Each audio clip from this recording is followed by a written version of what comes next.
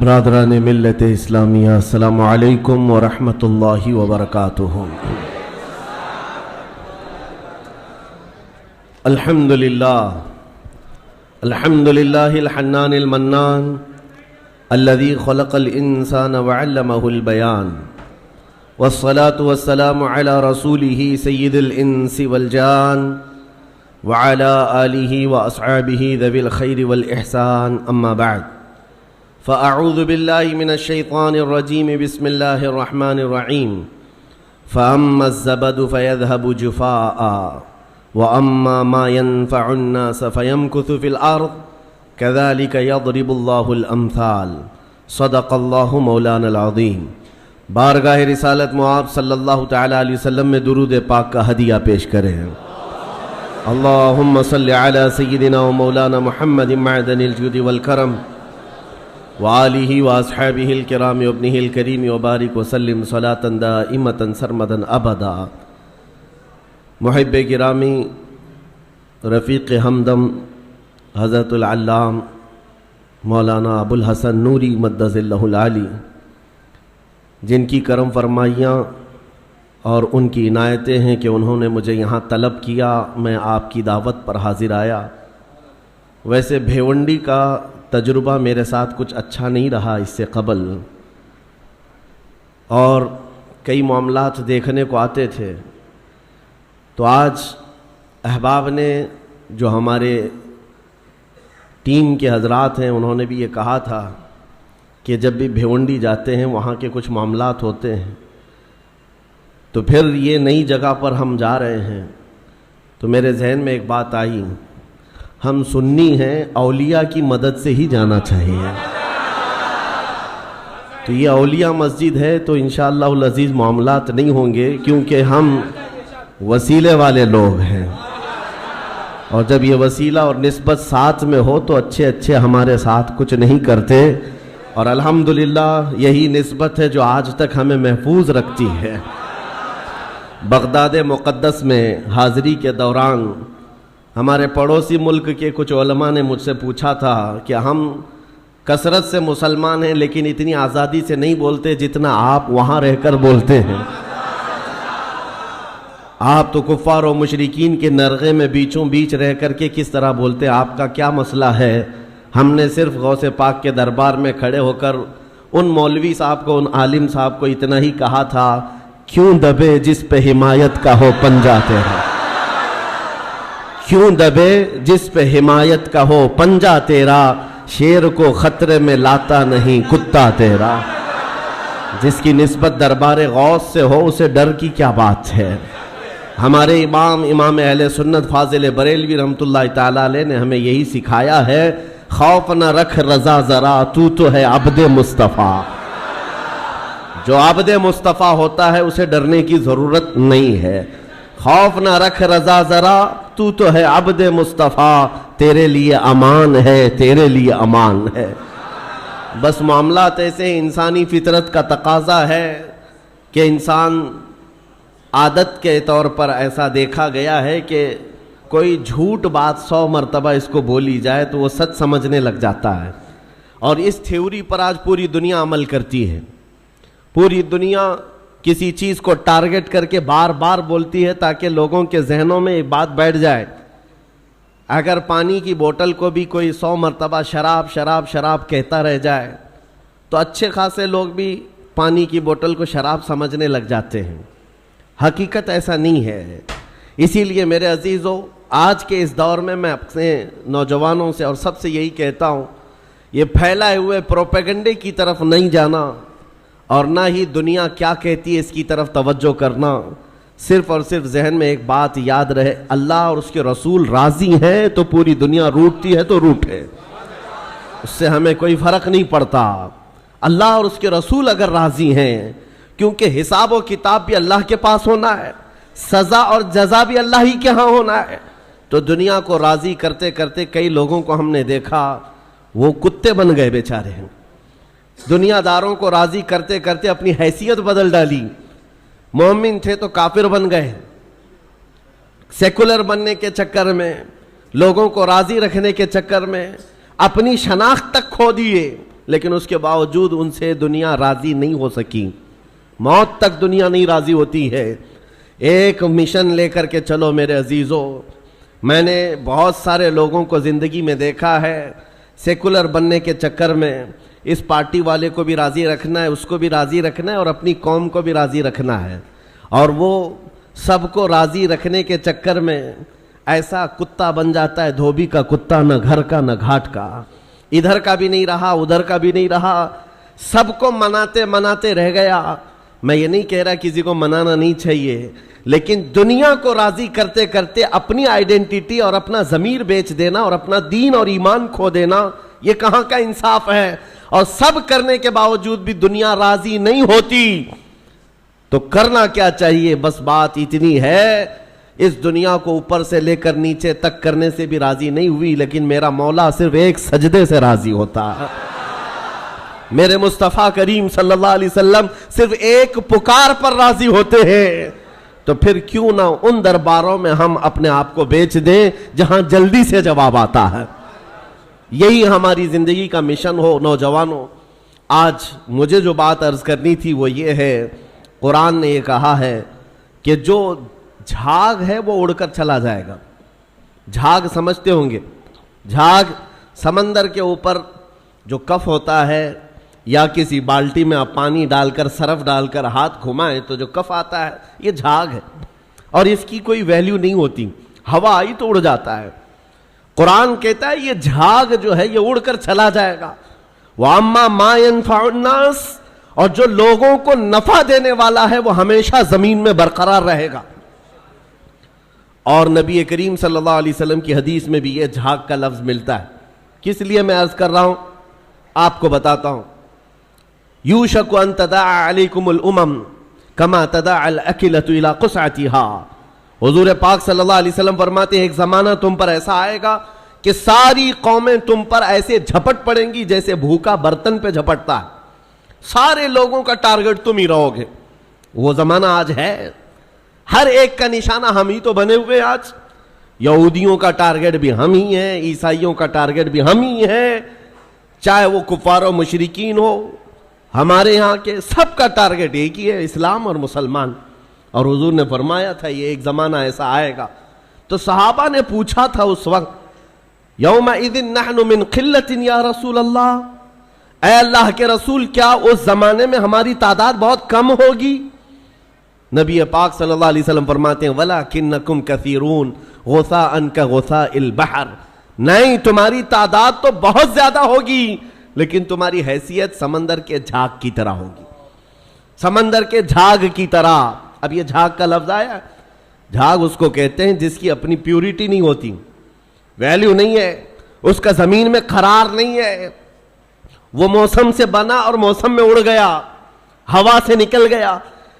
اور یہ آج کثیر تعداد کو دیکھ کر کے اندازہ ہو رہا ہے یہ جھاگ ہے, ورنہ پوری دنیا میں آج 100 کروڑ سے زیادہ مسلمانوں کی تعداد, آپ کو اندازہ ہے 1 ارب سے زیادہ کی تعداد مسلمانوں کی ہے.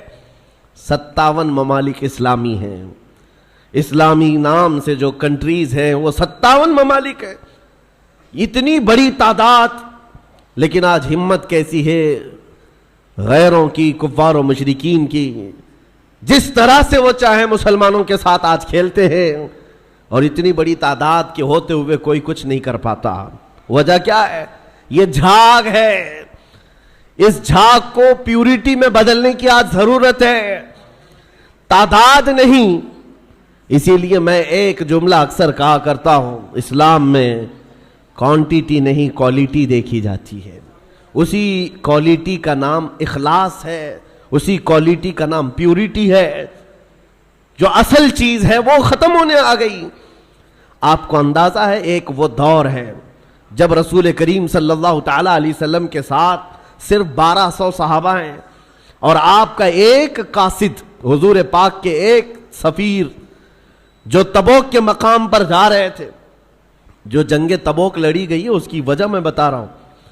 نبی پاک صلی اللہ علیہ وسلم کے ایک سفیر اردن, جو آج کا جارڈن کہلاتا ہے, اس جگہ کی طرف رواں تھے. بیچ راستے میں ایک عیسائی گورنر نے پکڑ کر کے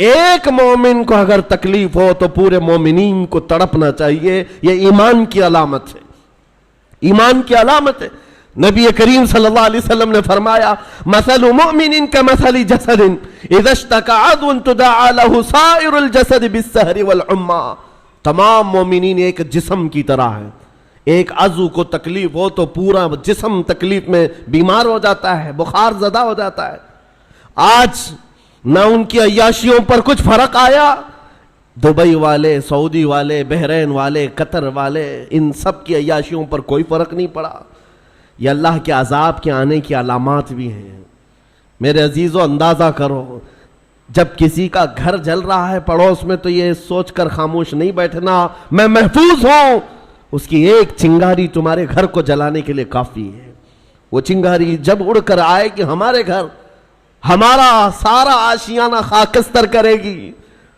آج میں اس لیے عرض کر رہا ہوں, احساس اگر نہیں ہے تو مومن بھی نہیں ہے. احساس, آپ یہ سوچتے ہوں گے ہم فلسطین کے بارے میں, غزہ کے ان نہتے بچوں کے بارے میں تقریر کرتے ہیں, بیان کرتے ہیں, ہم یہاں بیٹھ کر کے کیا کر سکتے ہیں؟ ہر ایک کے ذہن میں یہی بات آتی ہے. ہم نہ جا سکتے ہیں نہ چل سکتے ہیں. ارے مدد بھیجنے والوں کی مدد تک نہیں جاتی, ہم یہاں کیا کریں؟ ایک دولت ہے, ایک دولت ہے, وہی حساس جس کو کہتے ہیں. احساس جس مومن کے دل میں آئے تمہیں اندازہ نہیں, یہ عرش الہی کو ہلا دیتی ہے. عرش الہی کو ہلا دیتی ہے مومن کا احساس کا درد. آپ یہاں بیٹھ کر کے اگر وہ احساس کرتے, آپ کو اندازہ ہے ہمیں احساس ہی تو اسلام نے سکھایا ہے. نبی کریم صلی اللہ تعالیٰ علیہ وسلم کی اس امت میں اگر احساس نہیں, جہاں صحابہ کو حضور نے یہ تعلیم دیا تھا. آپ کو پتہ ہے مدینہ طیبہ میں ایک مہمان آئے حضور کی بارگاہ میں, حضور کی بارگاہ میں ایک مہمان ہے اور نبی پاک صلی اللہ تعالیٰ علیہ وسلم کے گھر فاقہ ہے. حضور نے صحابہ سے کہا کوئی ہے جو میرے مہمان کی مہمان نوازی کرے, اللہ اس کی مہمان نوازی کرے گا. حضرت ابو طلحہ انصاری کھڑے ہوتے ہیں, کہا یا رسول اللہ میں آپ کے مہمان کو لے جاتا ہوں. ان کو خود کو خبر نہیں ہے گھر میں کچھ ہے بھی یا نہیں.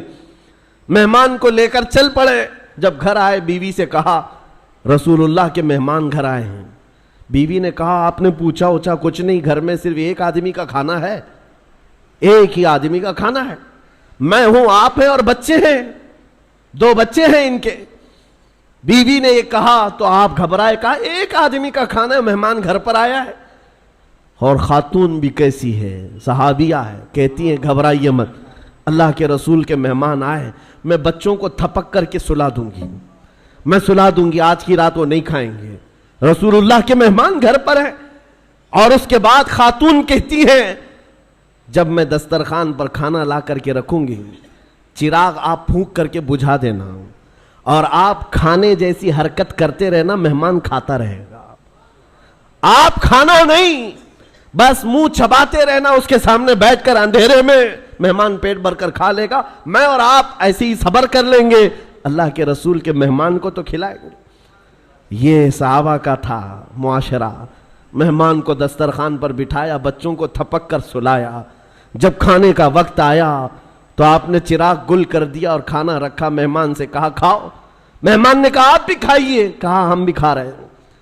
اور خالی سوکھا منہ چباتے رہ گئے, اور مہمان اس اندازے میں کہ سب کھا رہے ہیں, پیٹ بھر کر کھانا کھا لیا اور سویا. صبح اٹھنے سے پہلے جبرائیل امین حضور کی بارگاہ میں آئے, کہا یا رسول اللہ صلی اللہ علیہ وسلم, آپ کے مہمان کے ساتھ آپ کے صحابی نے جو سلوک کیا ہے پورے آسمان کے ملائکہ میں اس کا چرچا چل رہا ہے, اس کا چرچا فرشتوں کے درمیان چل رہا ہے. یہ تھا میرے نبی کا معاشرہ.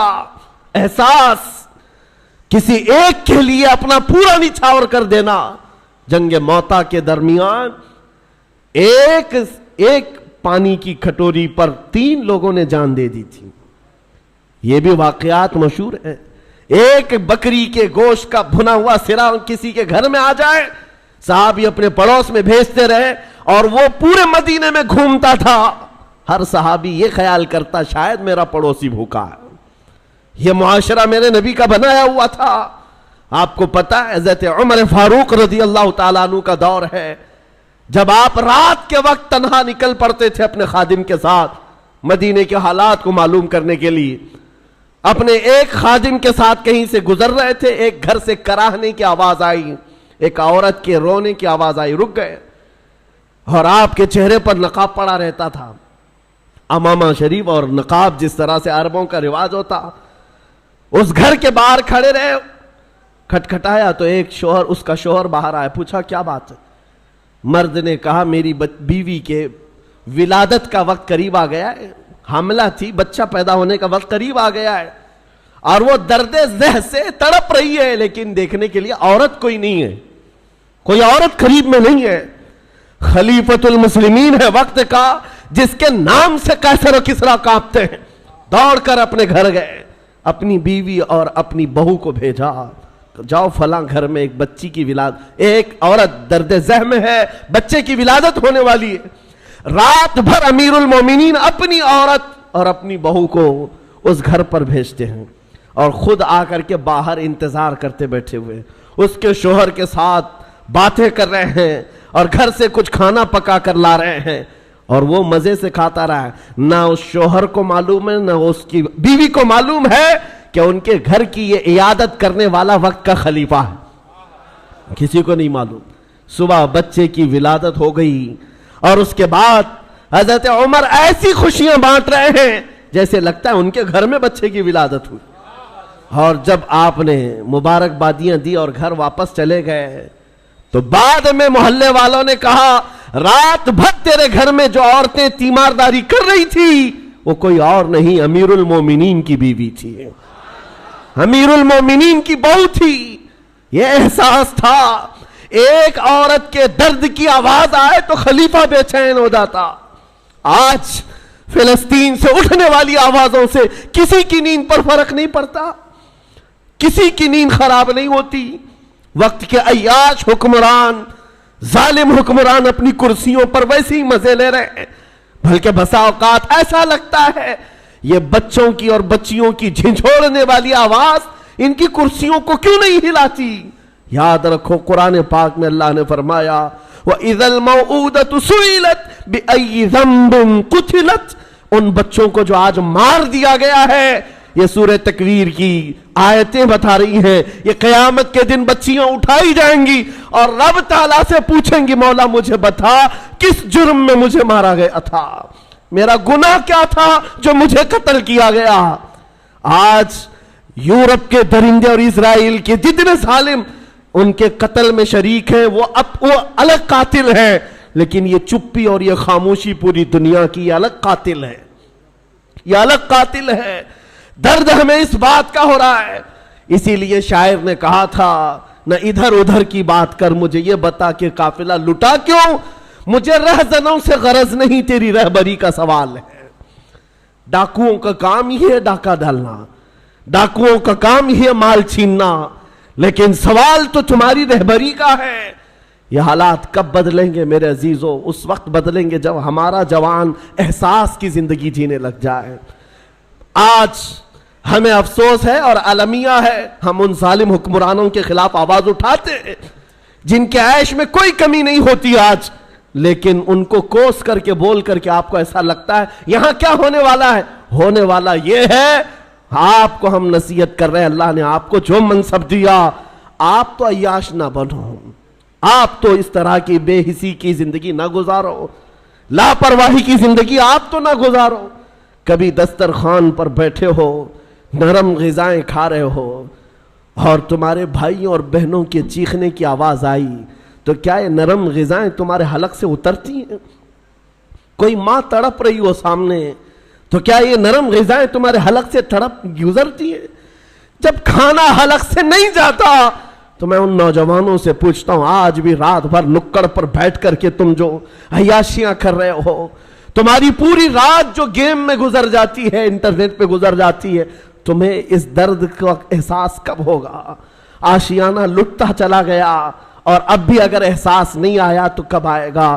شاعر نے کہا تھا جگہ جگہ کے تھک چکے ہیں تمہیں یہ ہنگامے، نشاط لذت خواب گراں بدل ڈالو، غلط روی سے منازل کا بودھ بڑھتا ہے، مسافروں روش کارواں بدل ڈالو۔ یہ جس طرح کی زندگی گزارنے کے ہم نے اسلوب بنائے ہیں، آج کیا یہ المیہ نہیں ہے؟ کروڑوں کی تعداد ہونے کے بعد ہر ایرا غیرہ نتو کھیرا آنکھ دکھاتا ہے، ہر کتا ہم پر بھونکنے لگتا ہے۔ وجہ صرف یہی ہے کہ ایمان کی کمزوری ہے، ایمان کی کمزوری ہے۔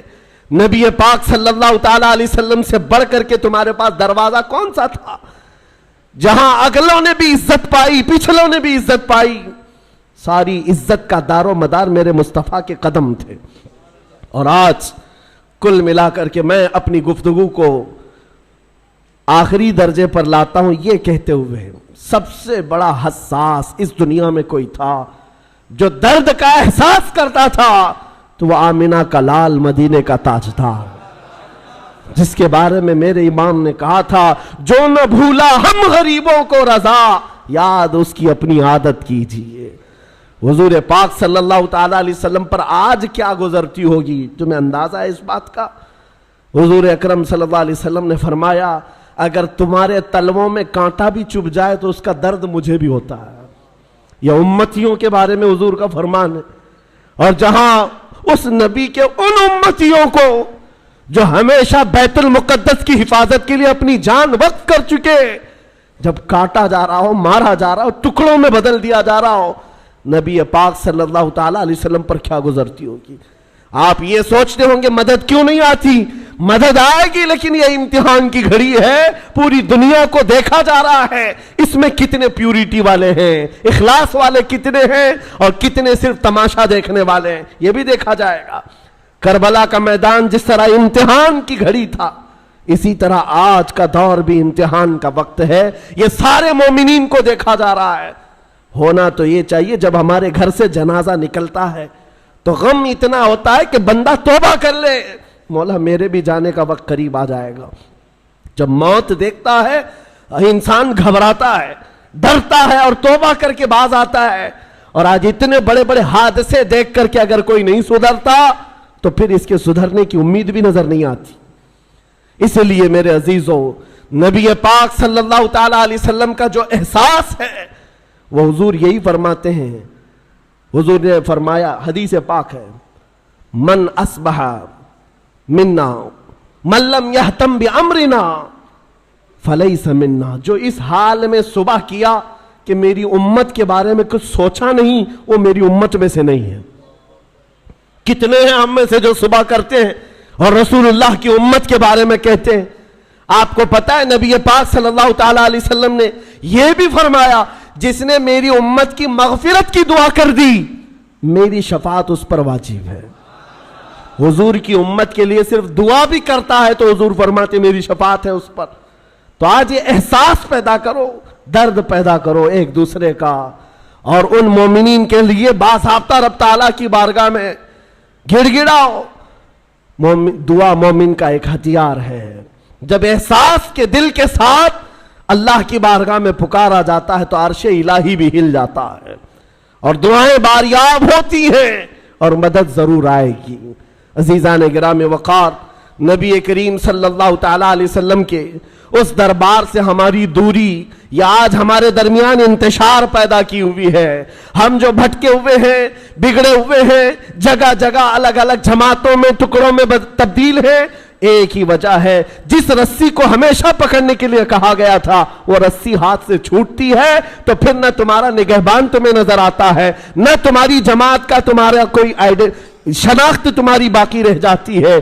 اس لیے جس رسی کو پکڑنے کے لیے کہا گیا ہے وہ رسی کوئی اور نہیں، وہ رسول اللہ کی، ناموس کی، ان کی عزت کی، ان کی سنتوں کی رسی ہے۔ آ جاؤ اے نوجوانوں، عزت وہیں پر ہے۔ قرآن کہتا ہے وَلِلَّهِ الْعِزَّةُ وَلِرَسُولِهِ وَلِلْمُؤْمِنِينَ، عزت تو اللہ کے لیے ہے، عزت تو رسول کے لیے ہے اور عزت ایمان والوں کے لیے ہے۔ اور نبی پاک صلی اللہ علیہ وسلم کو چھوڑ کر کے اگر تم عزت ڈھونڈتے ہو ہرگز ممکن نہیں۔ آبرو ماں نام مصطفیٰ، ہم سب کی عزت و آبرو نبی کے نام سے وابستہ ہے۔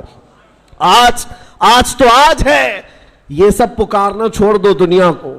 دنیا بہری ہے، گونگی ہے، تمہاری بات نہ ان کے کانوں میں جاتی ہے نہ دلوں پر اترتی ہے۔ یہ مدد کی دعائیاں دینا بند کر دو، اس دنیا کو پکارنا چھوڑ دو۔